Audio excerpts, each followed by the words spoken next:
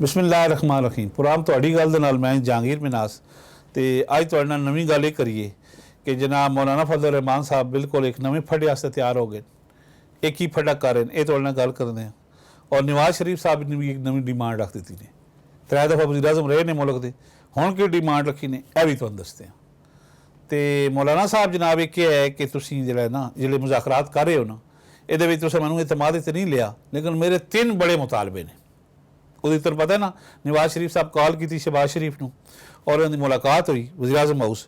हुण मुतालबे उन्होंने ऐसे वड्डे रख देते हैं कि अजे तक शिश्तार होए नहीं नून लीग वाले कि यदा की करिए। एक मुतालबा है कि वह कहना मैनूं सदर बनाओ अगले सैटअप सदर पाकिस्तान मैं होवांगा।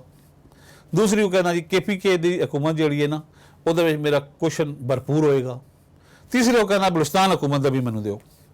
हुण बलुचिस्तान हुकूमत ने तो बड़ा काम किया होया, कोई साढ़े इदारे ने तो कोई नवाज शरीफ की पार्टी ने। उतों के जो रवायती पॉलिटिशियन ने जो हर साल जितते हैं, जो असर रसूख है जिसे बाप पार्टी है, उन्होंने जनाब इस वक्त लैंड सीधी की है नवाज शरीफ नाल। लेकिन इसने अपना बिल्कुल जो नवा कट्ठा खोल दिता है मौलाना ने, और थ्रेट भी की है और नाल ये भी किया जनाब कि तुसीं मैं निगरान सैटअप भी लाओ, मैनूं तुसीं इतमाद लाओ, मैं PDM का सदर हाँ। तो हुण सदर बनाने वास्ते बड़े शिश्तार होई है नून लीग भी और पीपल्स पार्टी भी, क्योंकि एक ऐसा उहदा बेशक सरमोनीयल उहदा है, लेकिन तुहानूं पता है सदर का निज़ाम इंटरनेशनल होंदा है और इंटरनेशनल कम्यूनिटी नाल गलबात करनी होंदी है। बहुत सारिया जनाब सफीरां नाल गलबात करनी होंदी। उन्होंने कहा मौलवी साहब साढ़े सिर ते चढ़े दे नवा पढ़ा हो वैसी इसनूं किवें डील करिए। क्यों उन्होंने कोई टाइम दिता है मौलाना ने इन्होंने होर 2-4 हफ्ते का। तो इस वक्त ये फड्डा बरकरार है, मीडिया च नहीं आ रहा, लेकिन अंदरों अंदरों एक गेम बिल्कुल अग बखी हुई है और मौलाना किसी सूरत मन नहीं रहा। तुहानूं पता है ना यह जी सैटअप बनया सी, इहदे विच भी मौलाना ने मर्जी दी वजारतां लईआं। लोग कहते हैं जी वजारतें नहीं मिलेगी, लेकिन उस लईआं NHA भी लई, मजहबी अमूर भी लई और हाउसिंग भी लई, बड़ियां अहम वजारतां ने। तो मौलाना इन्हां दे सिर होए ने। दूसरी गल तुहानूं दसी है कि नवाज शरीफ जिहड़ा है ना इहदे भी हिस्से मजाक बहुत है। इन्हें जनाब उत्थे अपने दोस्तों ने कही ने सऊदी अरब दे विच कि अगले सैटअप मैं बनागा 9 महीने वास्ते या 1 साल वास्ते वज़ीर आज़म। क्यों जी? उन्होंने ये कहा जी कि मैं अपना दाग धो के ना जुडिशरी नूं और ख़ास तौर पर उस नाम लिया ने चीफ जस्टिस सबक साकिब निसार का कि मैं उन्होंने दसना चाहना कि तू तो गुमनामी चला गया, गुमनामी की लाइफ निकल गया, तो मैं फिर वापस आ गया। तो मियाँ साहब भी तुहानूं पता उहदे अंदर भी एक छोटा जिहा बच्चा बैठा होया, जिहड़ी गल करदा है जिद ते अड़ जाता है। और शहबाज शरीफ हाथ बांध के तुहानूं पता है वैसे वारदाती आदमी है, एक काउंटर बयान करते ही नहीं, उसका कोई काउंटर इंट्रैक्शन करते ही नहीं, कोई उसका बयानबाजी बहस मुबासित चक्कर च नहीं आता, भाईजान करता है।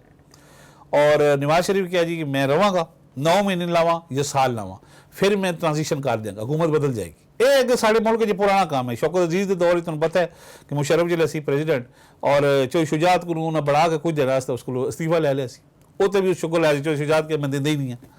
तो हुण ये शहबाज शरीफ की कंपनी नूं या इहदे वाले ग्रुप इन्हां थोड़ा खौफ भी है कि कभी अपनी वो बेटी मोहतरमा नूं ना मरियम नवाज नूं कोई वड्डी सीट ते ना कभी लै आवे नवाज शरीफ, क्योंकि उस नाल उहदा बड़ा प्यार और उस नाल बड़ा कॉन्फिडेंस है अपनी बेटी नाल। तो ये गेम पई हुई ने। दूसरी जी तीसरी खबर ने अज की वो है कि इमरान खान के दौर जो प्रिंसीपल सैकटरी से आजम खान, वो तुहानूं पता है बड़ा की रोल होंदा उहदा, उसके सैकरेटरी नाल सिग्नेचर नाल उसके दस्तखतां नाल फाइलां रुकदियां ने, जांदियां ने, अंदर जांदियां ने, बाहर आंदियां ने। तो वो जनाब की रोल सी उहदा, उदों दी अहलिया मोहतरमा नाल भी उहदा तलक बड़ा सी, बुशरा बीबी नाल भी। वो वादा माफ गवाह बन रहे इमरान खान के खिलाफ। ये कोई 80% काम हो गया, मैं तुहानूं खबर दे रहा। ये न्याय भी तरमीम कर ली गई है खाली उहदे चक्कर आजम खान के चक्कर। क्यों? वो एक राज दा मंबा, उसको हर चीज़ मौजूद है, तहरीरी फाइलों की शक्ल वीडियो की शक्ल। तो वो जनाब उसनूं पार्टियां राजी कर लिया, वो वादा माफ गवाह बनने से तैयार हो गए। और वो वादा माफ गवाह ऐसा होएगा कि फिर उसका कोई होर काउंटर किते ही नहीं जाएगा किसी कोर्ट किसी प्लेटफार्म पर। क्यों कि वो जनाब प्रिंसीपल सैकटरी सी और ये रीढ़ की हड्डी होंदा वज़ीर आज़म हाउस की। तो ये गल इससे उन्होंने पार्टियां ने जी लोग लगे सन ना, तुहानूं पता कभी अंदर कर दे कभी बाहर कर दे, कभी उसमें अज पकड़ा जा रहा है छोड़ा जा रहा है। एक मुबम जी मुहिम चली है जी मीडिया तो आ ही नहीं रही। वो जनाब उस नाल उन्होंने मुकम्मल हो गए हैं मुज़ाकरात और इसने यकीनदानी करा दी। एक दिन 14 दिन लगन, 2 हफ्ते लगन, 14 दिन लगन या 15 दिन लगन, ये दोबारा फटेगा। ये तुहाडे कोल खबर आ जाएगी, मैं तुहानूं एडवांस खबर दे रहा। जनाब साडा जिहड़ा चैनल है M2M, इसनूं सबसक्राइब भी करो, इनू शेयर भी कर दो। मैनूं दो इजाज़त। अल्लाह हाफ़िज़ नासर।